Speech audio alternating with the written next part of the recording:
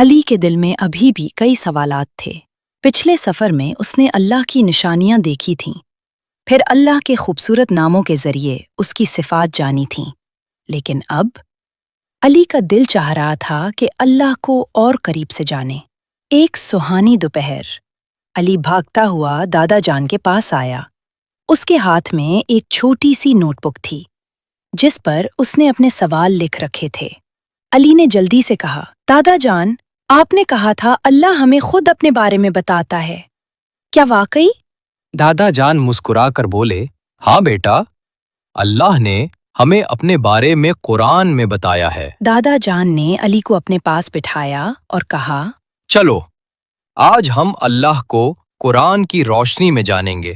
سورۃ الفاتحہ۔ اللہ سے رشتہ کی شروعات۔ دادا جان نے علی کا ننھا ہاتھ اپنے ہاتھ میں لیا اور نرمی سے بولے، سب سے پہلے قرآن کی پہلی سورت سنو، سورۃ الفاتحہ۔ دادا جان نے سنجیدگی اور محبت سے ترجمہ پڑھا۔ سب تعریفیں اللہ کے لیے ہیں جو سب جہانوں کا رب ہے، بڑا مہربان، نہایت رحم کرنے والا، جزا کے دن کا مالک۔ ہم تیری ہی عبادت کرتے ہیں اور تجھ ہی سے مدد چاہتے ہیں۔ ہمیں سیدھا راستہ دکھا، ان لوگوں کا راستہ جن پر تو نے انعام فرمایا، نہ ان کا راستہ جن پر غضب ہوا، اور نہ گمراہوں کا۔ علی نے غور سے سنا، پھر دھیمی آواز میں پوچھا، دادا جان، کیا اللہ واقعی ہمیشہ ہماری دعائیں سنتا ہے؟ دادا جان نے مسکرا کر اس کے سر پر ہاتھ پھیرا اور کہا، ہاں بیٹا، جب بھی ہم دل سے پکاریں اللہ سن رہا ہوتا ہے۔ سورۃ البقرہ۔ ہدایت ان کے لیے جو ایمان رکھتے ہیں۔ علی نے اپنی نوٹ بک کھولی اور اگلا سوال پڑھا، دادا جان، اللہ ہمیں کیسے راستہ دکھاتا ہے؟ دادا جان نے قرآن سے سورۃ البقرہ کی ابتدائی آیات کا ترجمہ پڑھا۔ یہ وہ کتاب ہے جس میں کوئی شک نہیں، ہدایت ہے پرہیزگاروں کے لیے، جو غیب پر ایمان لاتے ہیں، نماز قائم کرتے ہیں، اور جو ہم نے دیا ہے اس میں سے خرچ کرتے ہیں، اور جو ایمان رکھتے ہیں اس پر جو تم پر نازل کیا گیا اور جو تم سے پہلے نازل کیا گیا، اور جو آخرت پر یقین رکھتے ہیں۔ یہی لوگ اپنے رب کی طرف سے ہدایت پر ہیں اور یہی فلاح پانے والے ہیں۔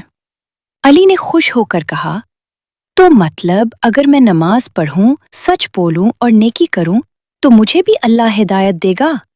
دادا جان نے ہنستے ہوئے کہا، بالکل بیٹا، تم اللہ کے قریب ہوتے جاؤ گے۔ یہ آیت الکرسی، اللہ کی عظمت اور حفاظت۔ دادا جان نے کہا، اب سنو۔ دادا جان نے گہری آواز میں ترجمہ پڑھا، اللہ، اس کے سوا کوئی معبود نہیں، وہ زندہ ہے، سب کا قائم رکھنے والا ہے، نہ اسے اونگ آتی ہے اور نہ نیند۔ جو کچھ آسمانوں میں ہے اور جو کچھ زمین میں ہے، سب اسی کا ہے۔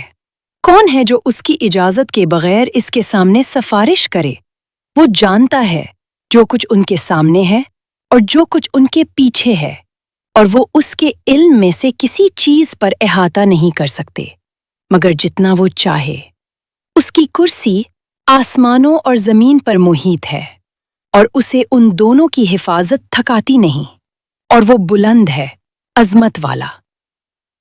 علی نے حیرت سے کہا، کتنی زبردست آیت ہے! لگتا ہے جیسے اللہ ہمیں ہر طرف سے دیکھ رہا ہے اور ہماری حفاظت کر رہا ہے۔ دادا جان نے پیار سے کہا، بالکل، جو اسے یاد رکھے اللہ اس کے ساتھ ہوتا ہے۔ سورۃ النور، اللہ کی روشنی۔ علی اور دادا جان جھیل کے کنارے بیٹھے۔ دادا جان نے آسمان کی طرف دیکھ کر کہا، بیٹا، اب سنو، اللہ اپنی روشنی کے بارے میں کیا فرماتا ہے؟ دادا جان نے ترجمہ پڑھا، اللہ آسمانوں اور زمین کا نور ہے، اس کے نور کی مثال ایک طاق جیسی ہے جس میں چراغ ہو۔ چراغ ایک شیشے کے اندر ہو، شیشہ ایسا ہو جیسے چمکتا ہوا ستارہ ہو، وہ چراغ جلایا جاتا ہے زیتون کے ایک بابرکت درخت کے تیل سے جو نہ مشرقی ہے نہ مغربی۔ اس کا تیل ایسا ہے گویا خود ہی روشن ہو، چاہے آگ اسے نہ چھوئے۔ نور پر نور،